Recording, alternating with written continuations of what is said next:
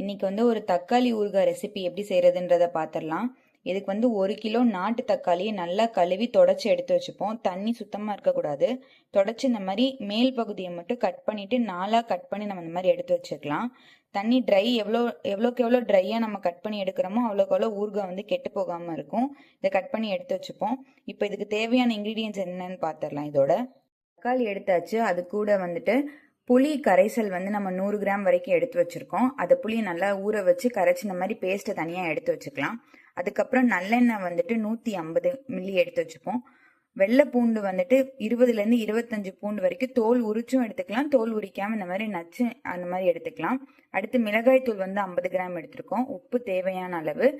வரமிளகாய் நம்ம மிளகாய் தூள் எடுத்திருக்கனால 5லேருந்து 6 இது தாளிக்கிறதுக்கு மட்டும் எடுத்துப்போம். ஒரு கை கருவேப்பிலை, 1/2 ஸ்பூன் பெருங்காயத்தூள், 1 ஸ்பூன் கடுகு, 1 ஸ்பூன் வெந்தயம், உப்பு தேவையான அளவு. இதை மட்டும் எடுத்துப்போம். இப்போ எப்படி செய்யறதுன்றத பார்த்துடலாம். ஊறுகாய் செய்யறதுக்கு முதல்ல நம்ம ஒரு ட்ரை ரோஸ்ட் பண்ணிட்டு ஒரு பொடி ஒன்று அரைச்சி எடுத்துப்போம். அதுக்கு கடாயை ஹீட் பண்ணிப்போம். ஹீட் பண்ணிட்டு நம்ம எடுத்து வச்சிருக்க 1 ஸ்பூன் கடுகு, 1 ஸ்பூன் வெந்தயம், இது ரெண்டையுமே நம்ம ட்ரை ரோஸ்ட் பண்ணி எடுத்துக்கலாம். தண்ணி சுத்தமாக இல்லாமல் மீடியம் ஃப்ளேமில் வச்சு நல்லா வறுத்து எடுத்துப்போம். இதை இந்த மாதிரி கடுகு நல்லா வெடிச்சு பொரிஞ்சு வரணும். அதே மாதிரி வெந்தயத்தையும் நல்லா ட்ரை ரோஸ்ட் பண்ணி எடுத்துப்போம்.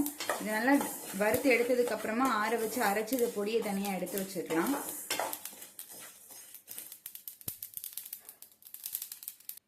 நம்ம வறுத்து அரைச்சி எடுத்து வச்சிருக்கத ஒரு மிக்சி ஜாரில் மாற்றி அதை ஆற வச்சதுக்கு அப்புறம் அரைச்சி எடுத்துப்போம். இப்போ நம்ம தக்காளி மிக்சரை ரெடி பண்ணி வச்சுப்போம். அதுக்குள்ள அது ஆறி இருக்கட்டும். கடாய் ஒன்று எடுத்து ஹீட் பண்ணிப்போம். ஹீட் பண்ணிட்டு நம்ம கட் பண்ணி வச்சிருக்கிற 1 கிலோ தக்காளியே தண்ணி எதுவுமே இல்லாமல் இதில் ஆட் பண்ணிக்கலாம். தண்ணி எதுவுமே நம்ம சேர்க்க தேவையில்லை. நம்ம வதக்க தக்காளியில் இருக்கிற தண்ணி வெளியேறதுனால தண்ணி நம்ம எதுவுமே சேர்க்க தேவையில்லை.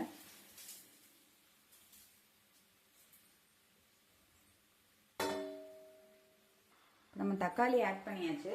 இது கூட நம்ம சேர்த்து வச்சிருக்க அந்த புளி கரைசலை ஆட் பண்ணிக்கலாம்.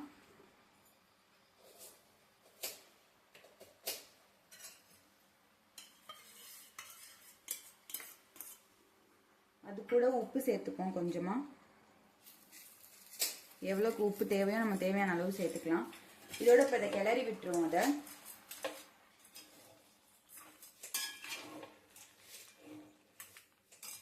இப்போ இதை நல்லா வதங்கட்டும்.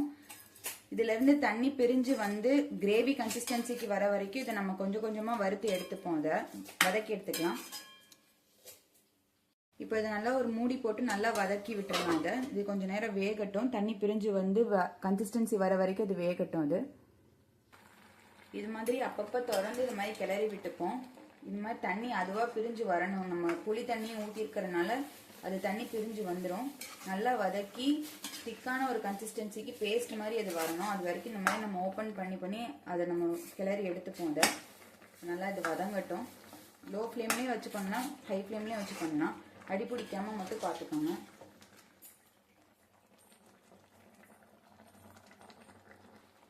இப்பவே ஒரு அளவுக்கு நம்ம அந்த பேஸ்ட் கன்சிஸ்டன்சி வந்துருச்சு.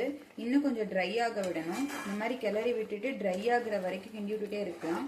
ட்ரை ஆனதுக்கப்புறம் நம்ம இந்த மாதிரி ஆஃப் பண்ணிட்டு அதை காய வச்சு எடுத்துப்போம். ஆற வச்சோம்னா இன்னும் கொஞ்சம் ட்ரை ஆயிரும், திக்காயிரும் கன்சிஸ்டன்சி.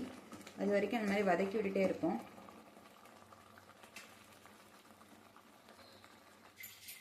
இப்போ இந்த மாதிரி இந்த கன்சிஸ்டன்சிக்கு வந்ததுக்கு அப்புறம் நம்ம ஃப்ளேமை லோ பண்ணிட்டு நம்ம எடுத்து வச்சிருக்க மிளகாய் தூள் 50 கிராம் அதை ஆட் பண்ணிப்போம். இப்போ நம்ம மிளகாய் தூள் ஆட் பண்ணோன்னே ரொம்ப ட்ரை ஆகிடும். அதனால நம்ம சீக்கிரமாக அதை ஆட் பண்ணிட்டு நம்ம வறுத்து அரைச்சி வச்சிருக்கிற பொடி இருக்குல்ல, கடுகும் வெந்தயமும் சேர்த்து அதை நம்ம ஆட் பண்ணிப்போம். ரெண்டுத்தையும் நல்லா பிளெண்ட் பண்ணுற மாதிரி நல்லா கலந்து விட்டுருலாம். அதை கலந்து விட்டுட்டு ஸ்டவ் ஆஃப் பண்ணி எடுத்து வச்சிருவோம். அதெல்லாம்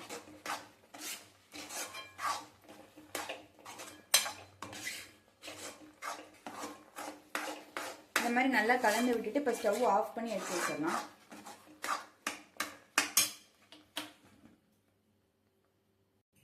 இப்போ நம்ம ரெடி பண்ணி வச்சிருக்க மிக்சர் எடுத்து வச்சுட்டு இதுக்கு ஒரு தாளிப்பு நம்ம கொடுப்போம். கடாயை ஹீட் பண்ணிட்டு நம்ம எடுத்து வச்சிருக்க எண்ணெய் நல்லெண்ணெய் ஆட் பண்ணிக்கலாம். நல்லெண்ணெய் சூடானதும் 1 ஸ்பூன் கடுகு, 1 ஸ்பூன் வெந்தயம், இது ரெண்டையும் ஆட் பண்ணிப்போம். எண்ணெய் ஹீட் ஆகட்டும். நல்லா ஹீட் பொரிஞ்சு வரட்டும் கடுகு. அது அந்த ஸ்டேஜில் நம்ம போட்டால் போதும். இன்னும் நல்லா ஹீட் ஆயிடுச்சு. இப்போ இதில் 1 ஸ்பூன் கடுகு ஆட் பண்ணிப்போம், 1 ஸ்பூன் வெந்தயம். இது நல்லா பொரிஞ்சு வரட்டும். பொரிஞ்சு வர ஸ்டேஜில் நம்ம எடுத்து வச்சிருக்க 20லேருந்து 25 பல் பூண்டு நம்ம ஆட் பண்ணிக்கலாம். மீடியம் ஃப்ளேமில் வச்சுப்போம். இப்போ இது கூட 5லேருந்து 6 வரமிளகாய் எடுத்து வச்சுருக்கோம்ல, அதை ஆட் பண்ணிக்கலாம். 1/2 ஸ்பூன் பெருங்காயம் ஆட் பண்ணிக்கலாம். ஃபைனலாக 1 கை கருவேப்பிலை ஆட் பண்ணிக்கலாம். கருவேப்பிலை ஆட் பண்ணிவிட்டு ஸ்டவ் ஆஃப் பண்ணிடலாம். இப்போ நம்ம இந்த ரெடி பண்ணி வச்சுருக்கிற இந்த தாளிப்பை நம்ம வச்சுருக்க பேஸ்ட் மேலே ஊற்றி லோ ஃப்ளேமில் வச்சு கொதிக்க விடுவோம். இப்போ நம்ம தாளித்து எடுத்து வச்சுருக்கிறத ஸ்டவ் ஆன் பண்ணாமல் இதில் மிக்ஸ் பண்ணிக்குவோம்.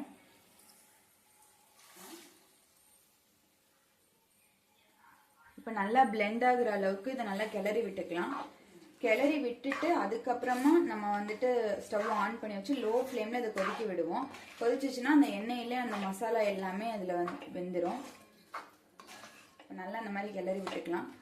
உப்பு இந்த ஸ்டேஜில் நம்ம வேணும்னா ஆட் பண்ணிப்போம். தேவையான அளவு உப்பு கரெக்டாக இருக்கான்னு பார்த்துட்டு இப்போ ஸ்டவ் ஆன் பண்ணி வச்சு இதை கொதிக்க மட்டும் விட்டு அதுக்கப்புறம் நம்ம இறக்கி வச்சுப்போம். அப்போ நம்மளோட தக்காளி ஊறுகாய் வந்து ரெடி ஆகிடும்.